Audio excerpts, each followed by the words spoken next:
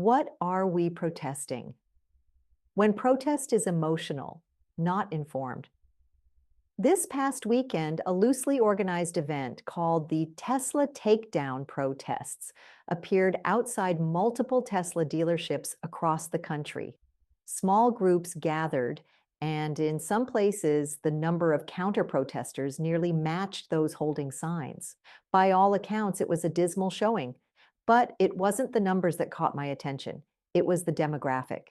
As I watched a few clips on YouTube, I noticed that most of the protesters seemed to be elderly, seniors. At first glance, that surprised me. Today's protests are often loud, chaotic, and at times dangerous. What would motivate a retiree to get involved in a demonstration like this? A protest focused on a company and a man who, depending on your perspective, is either disrupting entrenched power structures or threatening the system itself. And then I remembered this is the same generation that came of age during Vietnam, the ones who filled the streets with anti war chants, who challenged political corruption, who embraced rebellion in the form of free love and bra burning. Protesting is in their blood.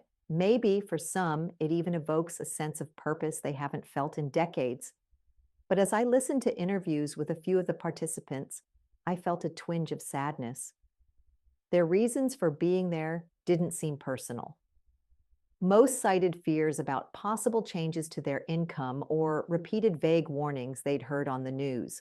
None of them mentioned direct experiences or specific grievances. It was as if the protest had been built on borrowed outrage, headlines repackaged as personal conviction.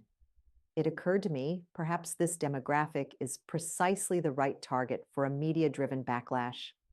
Many seniors, like my own father in his 90s, still believe that the media is the last honest watchdog over government corruption. They trust what they see on the screen. And when much of their time is spent indoors, alone with television or YouTube as their primary window to the world, it's easy to believe that what's presented is not only true, but urgent. I say this with compassion, not criticism.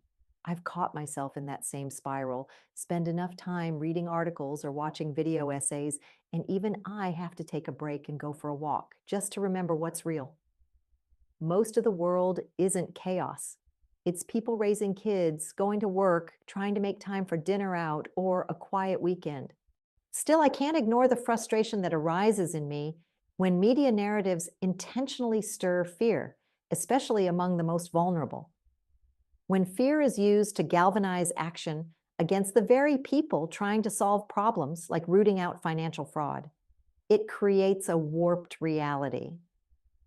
Seniors already worried about inflation and rising costs are told their income is at risk, but not told the real reason why. Instead, they are warned not to trust the reformers and not offered an alternative. In this kind of narrative void, protest becomes a familiar tool. It feels empowering. It gives a sense of doing something, but without accurate information, that action can be misdirected. Ironically, the very group that fought for truth decades ago may now be standing in the way of it, not out of malice, but out of fear. So I'm left wondering what it means when a generation that once stood against government lies now rallies based on media distortions. Is it just habit, a desire to matter again? Or is it the final proof that the systems they once challenged have quietly won, not by force, but by narrative? I don't claim to have the answers, but I do think it's worth asking how we each sort truth from noise. How do we make sure that our passion, our voice, and our presence are grounded in understanding, not just reaction? I'd love to hear your thoughts.